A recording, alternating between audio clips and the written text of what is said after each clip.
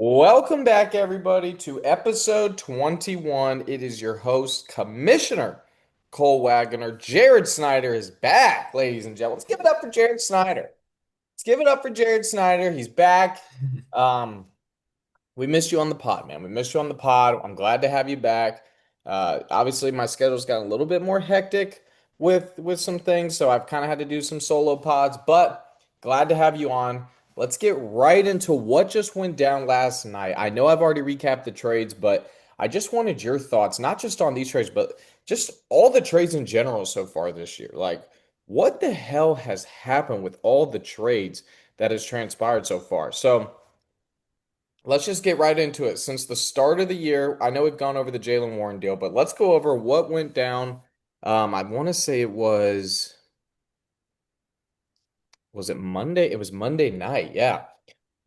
It was Monday night. Caleb trades Brock Purdy and Xavier Worthy um, to Owen. Sorry, I'm losing my place. Here we go. Brock Purdy and Xavier Worthy to Owen for Ashton Genty and a 2027 second via DJ.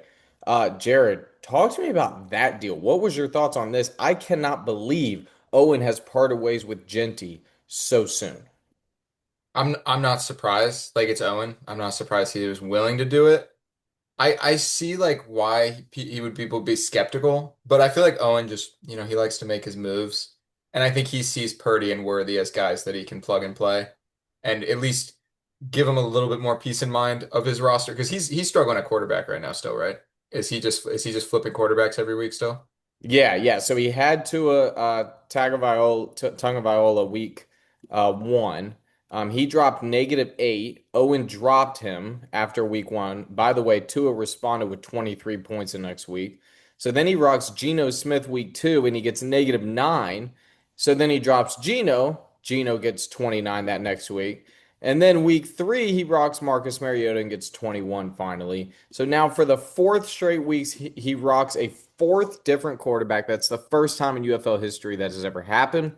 So yeah, it has been a carousel at quarterback, and I think he wanted to solidify that position. But my question to you, Jared, is Brock Purdy that much of a difference maker than Tua or Geno Smith, in your opinion, in fantasy? I don't know if it's the difference maker part. I'd be interested here. Pull up 2024's numbers for Purdy in the new scoring Well, because this won't be the new scoring anymore. This will just be what happened last year because oh wait, this what if you go to it doesn't do it even if you click his like profile, it won't show you. not with the new scoring. It'll just show what last year's numbers were, but it's still close enough. Like it's not Oh, that okay. different. So yeah, Tua averaged or Purdy averaged 21.8 points per game. Tua was at 24 points per game. Tua played in a lot less games. So Tua was averaging more per game. It's for me, it's just I think Purdy is going to be better about not having that horrible game. Maybe just not just an unbelievable amount of turnovers that are just going to lose Owen the game. And that kind of seems like what Owen's annoyed with is that his quarterbacks are coming up and just putting up -10, and he's Yeah. just sitting there like I have no chance at winning. But I think he feels that his team is probably in a spot where he's got people that can produce at all starting positions, and Yeah, he I just get wanted it. somebody that he can be like, all right. He might not put up 50. He might put up 50. Yeah. Not likely, but it could happen. But hmm then he gets that. I think his floor is a little more sturdy Hmm. now. Okay. So he gives up, Ashton Jennings, gets Xavier Worthy. So what's your thoughts on getting Xavier Worthy, who is projected? A lot less than he was at the start of the season. Yeah, yeah. It's I like it. I like Worthy. I know okay. you're not the biggest fan on the size part for Worthy, but I just like the idea of what Kansas City's going to do with him. They're gonna get him involved. And like when we talked in the past pods about like layup routes and just motioning people, Yeah, putting them in positions to succeed, I don't yeah. think anybody's going to do that better than the Chiefs. They've shown that with Tyreek in the past. I Yep. think Worthy's just going to try to hopefully have a glimpse of that skill level.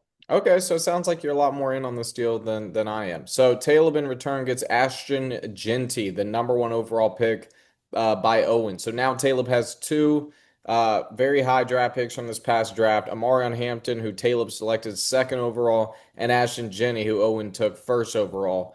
What's your thoughts on Genty? Obviously, he's had a slow start to the season, but this is a dangerous potential combo for the near future. I like it. I mean, as a Chargers fan, I like Hampton, but and especially with Najee going down, I think that's great for him. But the Genty one more specifically, I just think the deal makes like we were talking about that no one necessarily has to win a trade. And I think for this one, Owen is just not going to be patient with his players. So I just don't think it makes sense for him to hold on to Genty. It's just going to frustrate him every week. He's like, I took this guy number one. He needs to be carrying my team. And I think Taleb's in a spot where he can hold on to Genty, be okay with sucking for the year, grow with the growing pains for Genty and the Raiders offensive line, and then maybe next year he can actually benefit from this trade more. Yeah. All right. So that was the first trade that transpired. Massive trade. Next up, and this one involves you, my friend. So you traded away Chase Brown and Cooper Kupp to Trent for Pacheco, Debo, and a 2026 second. Just talk to me a little bit about what your thoughts were with this deal, why you did it, and if you think Trent got a good end of this deal as well. I mean, I can give you exactly what I said to Trent when I sent the text because earlier in the offseason he asked me about Chase Brown leading up to the draft, and I was like, okay, like I don't want to give him up because that's going to be one of my starters. Like I need him. He's one of my 20-point players. And so when I was upset with his performance week three, I just was like, all right, let me go check and see if Trent wants him still. Because I just don't see the same potential when Burrow's not there. Because I think most of Chase Brown's value is coming from an efficient and high scoring offense with a lot of scoring opportunities, not necessarily Chase Brown creating those opportunities. And so I think for Trent, I think the trade works well for him with what he would want out of this because I think at the end of the season, if Burrow does come back and they're still playing that offense, I think when it's playoff time, this trade might just be the best move of the year for Trent if he's in that position to win the UFL Cup. But for me, for now, I didn't see Chase Brown as somebody that I wanted to play every week with the inconsistency. So I was like, let me just get him out of here. Same thing with Cooper Kupp. Both of them were just headaches for me to decide if I wanted to play him. And I was like, let me flip them for somebody else and at least just have new names to think about. And I So, get a second round pick. So that was my thinking towards it at least. yeah. So, do you believe you're going to get more consistent play out of Debo and Isaiah Pacheco than you did from Chase Brown and Cooper Kupp? I think for right now, I think with who's going to play at least, I think only one of those guys is going to play this week. So I think right now, putting Debo in, I'm more confident playing Debo this week than I would have been playing Chase Brown this week. Okay. Just out of the fact that Debo's a receiver. If they throw the ball to Debo and he catches it, he's going to start past the line of scrimmage, I'm hoping. Right. Chase Brown has a knack for going backwards these past few weeks, so I'm not liking the negative rushing attempts from Chase Brown. Even Right. at the goal line, too, he's been struggling there. So Yep. Okay. All right. Love it. Love it. Love it. We gotta kind of shorten things up because Brandon's got a stretching appointment. Okay. Next up, Zach Ertz. You traded away to Evan for a 2026 second via Taleb. I like this deal for you a lot. That's gonna be a 17th overall, 18th overall pick. What was your thoughts going into that deal? we were on the phone talking, and I was like, "You want Zach Ertz?" And he's like, "Yeah, I'll take Zach Ertz." And I was like, "You got a second round pick?" He's like, "Yeah, I got a second round pick." And then he doesn't care about his draft pick, so I didn't ask him for a first or anything like that. I took the second round pick. He gave me it. He gets a guy he wants. I get a draft pick that he doesn't plan on using really anyway. I So love it. I love it. that's kind of the logic from both of our sides. And I get to go back to the Chargers tight end that I like, Gadsden. You are a big Gadsden fan. I love that. That reminded me to text Evan that he needs to sign a running back. Ooh, Terry McLaurin projected 0. That's not good. No, that is not good. He did want to pick up he wanted Rico Dowdle, so Owen ruined that for him as a Panthers fan. Oh, that's tough. Okay, so there's that deal. Next up, Jerry Judy, Evan traded for, and he gives up Tony Pollard to Owen. Kind of reminiscent of 2024 when they traded McLaurin for Jonathan Taylor with each other. What's your thoughts on that deal? And from what I heard from you is Evan wanted a running back and he was ready to give up a wide receiver. Now he's flipped and now he gets another wide receiver and gives up a running back. What happened there? I think he was ready to give up McLaurin or Collins if he needed to, because I think that's who he thought he could trade. And I think he was just surprised that he could move Pollard Mm, because he doesn't like Pollard. I don't know where it comes. I know it comes from a part of it being a Cowboys fan, right. but I think he got tired of listening to people say Pollard's better than Zeke, and that just makes him. He just despises that man, no matter what he does with his career. So I think he just wanted to get him out of town. and go get somebody. And I like the Judy pick. I think Judy's going to be, he might not be like an elite receiver necessarily, but he's going to He's go going out to there get and targets. targets, yards, and losing games. So good recipe for getting some fantasy points. I actually really like what Evan's done lately. And I shout him out on the pod. We've been texting about it. I'll be the first one to get in your grill when I think you're being lazy or I think you're making incorrect decisions. I really like what he's done. I'll be the first one to congratulate you, and I like what you're doing. And I think he's doing a really good job with his roster right now. So yeah, I think it's amazing that he's projected 105 with a 0 point protection in the starters. Like he's yeah. I mean, he'll pretty get strong roster. I thought if Scatterbo keeps playing the way he is with Tracy out and yes, everything, like I think yes. that's That's going to be the key. amazing for the team. Yep. Okay, cool. Looking at waiver wire pickups today, anything that caught your eye in terms of what went on today? Mason gets Woody Marks, Caleb gets Jackson Dart, Owen with Trey Tucker.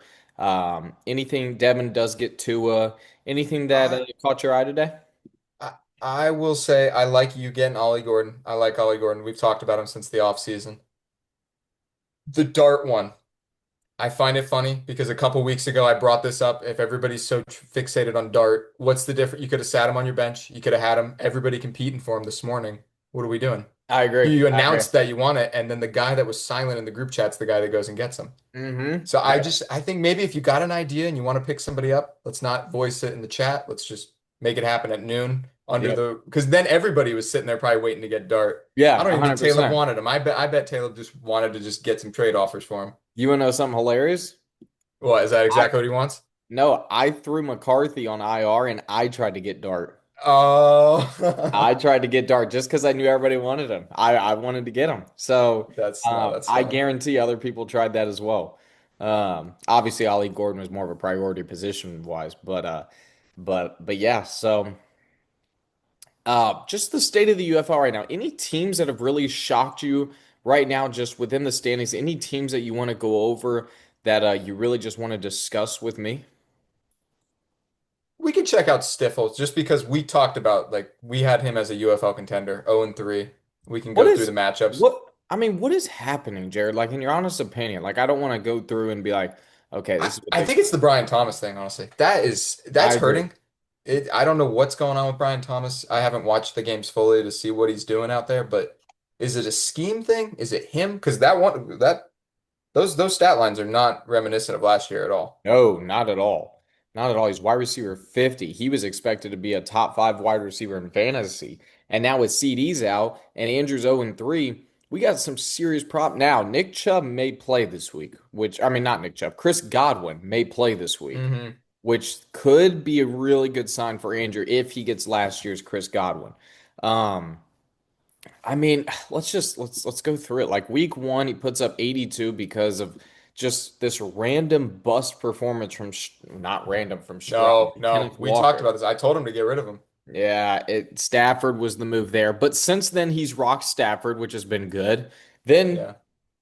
week two was a lot better, but Marvin Harrison Jr. is the guy that kind of drops the ball, Yeah. and he's been a little bit inconsistent, but he still puts up 107, so you got to commend him for week two. And then week three, CeeDee Lamb with zero. If CeeDee Lamb just got 23 points, he's at 100 points. Like, No, it's, that ankle injury, that's a killer in that game. That really yeah. stung. No. Yeah, that's why CD got zero. But I'm just saying, like, it seems like each week one person just lets the team down, and now CD's going to be out 3 to 4 weeks. It's just brutal luck for Andrew right now, who now is going into this week. And I know my team's not the as great as it was last year so far, but I still am a damn good team. Like now he's got to face me. This is just brutal luck for Andrew right now. Over the next four games, I'm actually really curious. If Godwin miss or excuse me, CeeDee Lamb misses the next four, Andrew faces Colt, myself, Brandon, Bryson, and David. That is a gauntlet. So three of those four, I think, are playoff teams. Brandon was really good last year. Like, I don't know if I see a. I think he's got to win three of those next four if he wants to be in the playoff contention. Because I'm looking at the end of those schedule too. Yeah, It's not the worst, but I think having Cole Ryan and Trent back to back in there too, right. that's going to be a problem because Cole Ryan's team seems very explosive when it wants to Right. be. Yep, absolutely. So that's going to be something to monitor. Andrew's team right now is the surprise. Real quick, are you concerned at all with Devin's team now with Joe Burrow being out? I know we kind of talked about it, but what? Yeah, no, that's definitely another one where I think we were watching for I think it's just I think it's what we talked about in his preview. I think we said that like his players were the top tier of the like their seasons they put on last year were some of the best that you could have. Right. To expect that same kind of production the following year, I just don't think it's fair. Like Yeah. Saquon, I'm not saying he's worse player than he was last year. He's Yeah. just taken a step back on the stat sheet. Right. Brock Right. Bowers seems that way too. Yep. And then at quarterback, he's down Burrow. So I mean, Yep. that's just unfortunate in that regard. But Right. the Bowers and the Barkley thing, I just don't think he's getting the same Yeah. astronomical performances, but still a very solid team. Like he's easily going to be a UFL Cup contender, just maybe Yeah. not as effortlessly. Yeah, I agree with that. And just kind of looking at how easy it is for a great team, even myself, to kind of take these highs and lows and dips. I think we need to now appreciate what the heck David has done now. For 18 straight games, he has put up 100 plus points. He Hmm. is 7 games shy of tying my record I set most consecutive games with 100 plus points. In the expansion era is unprecedented. What he has done from a consistency standpoint, this is just an incredible run he has been on. He is setting the bar when it comes to consistency. Jared, in my opinion, right now, he's the number one favorite again to win this thing. I think his team is the one that like he's gonna be at the dance and like it's whether or not what his players are looking like, where the roster's at, where Right. those like actual real teams are. Like depends what the Ravens are looking like come playoff time. If they're like if Lamar and Derek are gonna go put up 40-point games, like I don't there's no one that could compete with that for David, I think. I think he's going to steamroll some people if he's able to just put up huge numbers at two positions. Yeah. Looking at power rankings, it's on the screen now if anybody is listening. Is there anything that caught your eye when it comes to the power scores? Obviously, right now there's a lot of numbers that are a little skewed because we've only played 3 games, like luck percentage. But anybody that really surprised you where they were in the rankings? I think honestly the most surprising just out of nowhere, not out of nowhere, but Mason. Yeah, I think we talked about Mason's team like, but it's playing like it's actually yeah. playing like above the expectation, so it's looking good, and I think that's hype that Mason was able to go the. I don't remember where did he finish last year? Did he finish like? Oh, he was dead last. He was the worst. Okay, yeah, no, so yeah, worst to Yeah. first right here. We can have Yeah. it. Worst regular season in UFL history. It was that bad last year. So yeah, this is a super fun story to watch. But now James Conner is out for the season for Mason. So now he has to go back to what he did last year, relying on ETN. And honestly, now he's rocking the same lineup he did last year now with Pittman in there. So injuries have kind of sneaked up here on Mason. But do you think he can kind of withstand the injuries, or do you think he's about to take a fall back to reality? I don't know. I think it's really the Caleb thing and the Bears. If Yeah. Caleb and Odunze are gonna go out there and like they're gonna be a real duo going forward, because it seems like DJ Moore doesn't seem to be as active in that offense as I would have expected. But Mhm. if this turns into something that week in, week out, we can expect, 12 targets going Odunze's way and he's coming in with 8 catches for 70 plus yards. I don't see why Mason's team falls off. I'm starting to see, I think, a trend maybe for our teams that the people that have maybe an established tandem are performing pretty well on functioning offenses. Yeah, Because I at like least that. Lamar and Derek, like the Ravens Yeah. offense, like is going to perform. If Caleb and Odunze do perform, that's a tandem that's gonna carry him week to week. Yeah. Versus if he has Will, Odunze on one team and then another thing kind of going yeah, on. But Will Daniel right now with Puka Nacua and Devontae Adams. I know it's the same position, but both of yeah, these guys are balling right now. yeah. So I absolutely agree with that. Um, yeah. What was your thoughts on Will deciding to bench Calvin Ridley this week for Mark Andrews? What's your thoughts on that? Will is shopping Andrews as far as I'm concerned.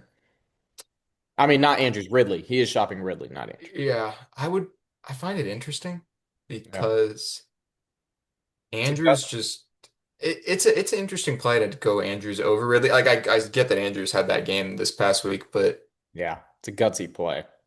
I don't know if is it I just don't understand if necessarily Ridley has been dropping some balls, so I can get that, but you got to imagine that if he's the number one receiver on that team that he's gonna get it together by week 4 and hopefully string something together. Yeah, And 100%. if Cam Ward's not playing, I would be more inclined to think that the I don't know who's the backup there right now that would be playing that game in place of him, but I would hope that he would be trying to get the number one involved and making Yeah. sure that things are being ran through him, maybe. Right. Absolutely. Okay. Well, I'm glad we got to check in with you. That is really what I wanted to do here. Just looking at week four, I've kind of already previewed it, but any matchups that really catch your eye that you're really going to be watching this week? I like the shit talk for Owen and Devin. I do Oh, like that. So that's just a fun, like I'm just gonna check that regardless just to oh, see how it's going. so But I think an interesting one is really gonna be who's gonna flip their season around between Will and Evan. They're okay. both 1-2. This Yeah. is a game that matters right now. If they can get to 2-2 and they can beat the other, I think that speaks volumes for where their teams are heading. Yep. All right. I And got to Evan's get got a tough going. one. I got to No, get yeah. going. People about to walk in. Thanks for the pod. I will talk to you later, Jared. Yep. Thank you. All right, see you, man. See ya.